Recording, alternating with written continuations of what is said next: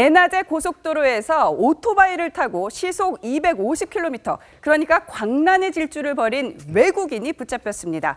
배태호 차장, 네. 외국인이네요. 어떻게 된 일이에요? 예, 사우디아라비아인이에요. 예, 어제 오후 한 3시 50분 경인데요. 경부고속도로 그 오산 IC부터 부산 방면으로 이렇게 지금 화면에 나오고 있죠. 예, 이렇게 아주 빠른 속도로 시속 약 250km 가까이 달렸다고 합니다. 이 이제 목격자들이 예. 이 오토바이를 보고 경찰에 신고를 하면서 경찰이 이렇게 헬기까지 띄워서 추적을 했어요. 이제 이 헬기를 띄우고 순찰차를 동원을 해서 찾아갔더니 잡고 나서 보니까 이렇게 예. 이제 그 휴게소에 세우게 되는데요. 잡고 나서 보니까 사우디아라비아인이었고 그 750cc의 고급 오토바이였습니다. 지금 보시는 것처럼요. 네. 뭐라 그럴까요? 영화 속의 한 장면, 추격전을 보는 듯한 그런 느낌마저 드는데 예, 굉장히 빠른 속도로 달리고 예. 있는 차를 그냥 아주 쉽게 추월을 해버리죠. 그렇네요. 이제 몸이 가벼우니까 오토바이가 뭐 차들 사이를 거의 미꾸라지처럼 이제 헤집으면서 질주를 하고 있는데 이호성 교수님, 그런데 오토바이가 저렇게 고속도로를 달려도 되나요? 안 되죠. 안 되고요. 지금 이제 보시면 이 오토바이가 얼마나 또 빠른지 입구에서 고속도로로 안으로 이륜차가 들어가는 것도 불법이지만 얼마나 예. 빠른지 오히려 자동차들이 느림보로 가는 것 같은 느낌이 되잖아요.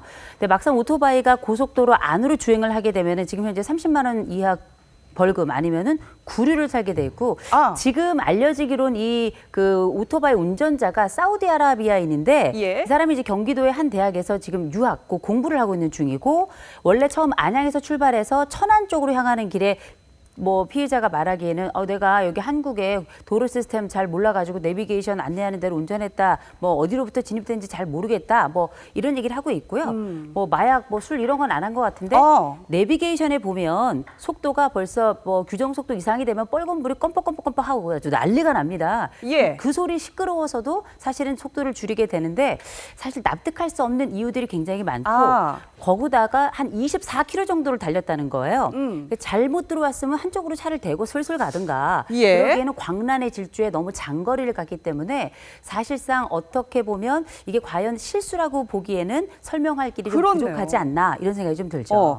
그런데 오토바이가 고속도로를 달리면 안 된다는 사실을 이번 사건을 통해서 처음 알게 되신 분들도 많을 것 같아요. 언제부터 오토바이를 이 고속도로를 못 달리게 했나요? 그럴까요? 근데 저는 오히려 많은 분들이 오히려 아실 것 같다는 생각이 드는 게 여기 1972년부터 우리나라에서는 불법이었습니다. 그러니까 물론 뭐 진입 가능한 나라들도 있어요. 예. 영국이나 미국, 그리스 이런 데들 주로 대용량 오토바이 같은 경우에는 다닐 수 있게 허락하고 있는데 우리나라는 이게 당시에 72년이면 이제 지금 경찰청이라고 불리는 내무부 치안국에서 보니까 그때는 3륜차 혹시 아세요? 3륜차가 있었어요. 앞에 3륜차 산발이라고. 바퀴 네, 산발이라고 불렀죠. 산발이라고. 바퀴 앞에 하나 있고 뒤에 있는 그 차량이랑 오토바이 종류가 교통사고 전체 교통사고에서 한 25%가량을 차지했다고 합니다. 그래서 이거는 이 아무래도 그 고속도로를 다니지 못하게 하는 게 교통 흐름에 도움이 될 것이다라고 해서 불법으로 우리는 결정을 했습니다. 그렇군요. 자, 오토바이 고속도로 통행 금지가 시행된 지 들으신 것처럼 40년이 넘었지만 이번 사건처럼 불법 통행은 줄어들지 않고 있습니다.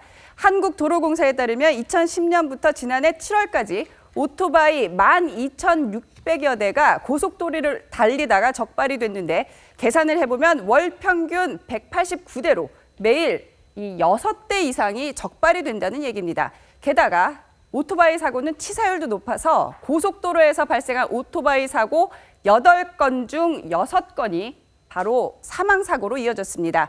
오토바이로 고속도로 달리면 한마디로 끝장이 난다는 얘기입니다.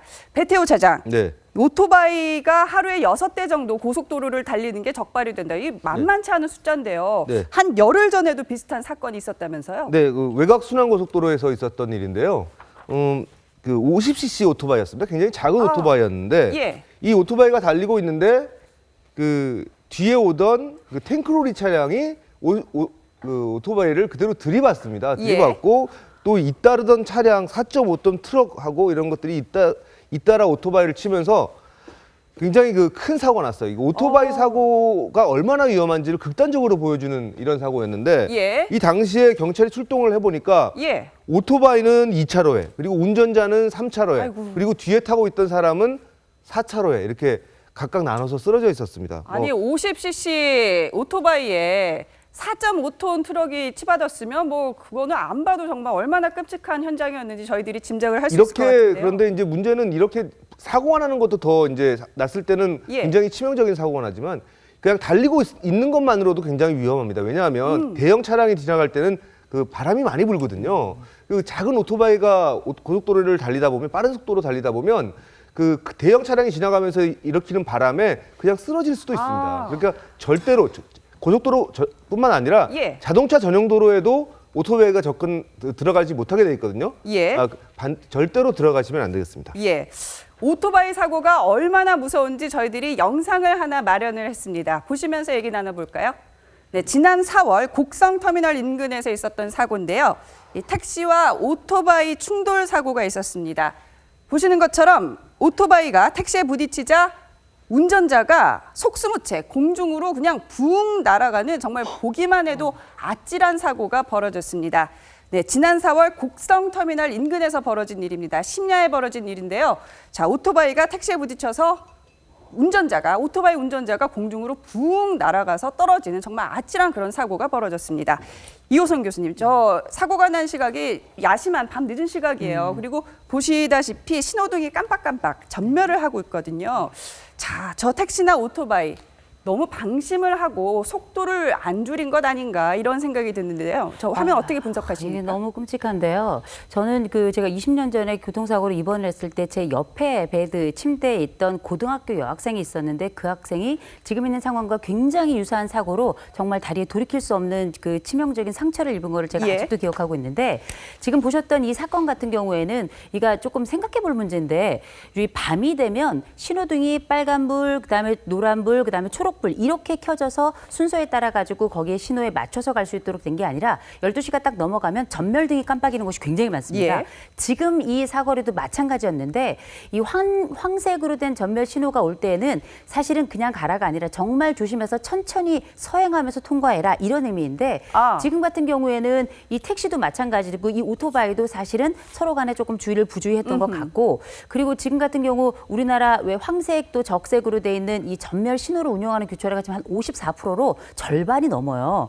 그런데 밤 늦게 이거는 보행자도 사실 좀 위험하고요. 그리고 이렇게 신호를 서로 간에 눈치를 보다가 속도가 서로 이렇게 잘 맞지 않는 경우에는 굉장히 위험한 상황이 벌어지는데 물론 이게 뭐 신호 위반 책임도 있고 또 보험 가입이 돼도 형사처벌 받고 이런 부분도 있지만 일단 인명 피해가 굉장히 예. 크다는 게 굉장히 좀 함께 살펴봐야 될 부분이 아닌가 싶습니다. 네, 전남 한평에서도 비슷한 오토바이 사고가 벌어졌습니다. 화면 한번 보실까요?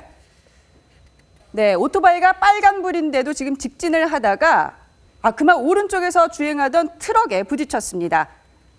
네, 오토바이 운전자 바닥에 쓰러지고요. 정말 상당한 중상이 예상되는 큰 교통사고가 벌어졌습니다. 전남 한평에서 벌어졌던 오토바이 사고입니다. 양재열 변호사님, 지금 저 사건 같은 경우에는 오토바이 운전자가 빨간불인데도 그냥 직진을 해버렸어요. 이거는 오토바이 운전자의 과실이라고 봐야 할까요? 아무래도 그렇죠. 만약에 이제 오토바이 운전자가 아니라 저 트럭을 운전했던 분은 무슨 잘못인가를 따져본다면 이 교통사고라는 게 이제 업무상 과실치상, 그러니까 과실이 있느냐 여부인데 예. 지금 빨간불을 보고, 그러니까 이 트럭 운전사 입장에서는 초록불이었을 거 아닙니까? 초록불을 그렇죠. 보고 있었고 설령 오토바이가 빨간불에 들어섰다고 할지라도 그걸 미리 전방에서 볼 수 있었던 상황이라면 보고도 설령 아무리 신호가 내 직진 신호가 왔더라도 보고도 명백하게 그걸 무시하고 만약에 오토바이를 네. 친 거라면은 트럭 운전자에게 잘못이 있지만 그렇게 예상이 불가능한 상황으로 보이거든요. 지금 예. 들어가자마자 트럭은 바로 그냥 왔는데 바로 끼어든 거니까 예. 아마도 저거는 오토바이 운전자 혼자 책임을 져야 될 가능성이 굉장히 아하. 높습니다.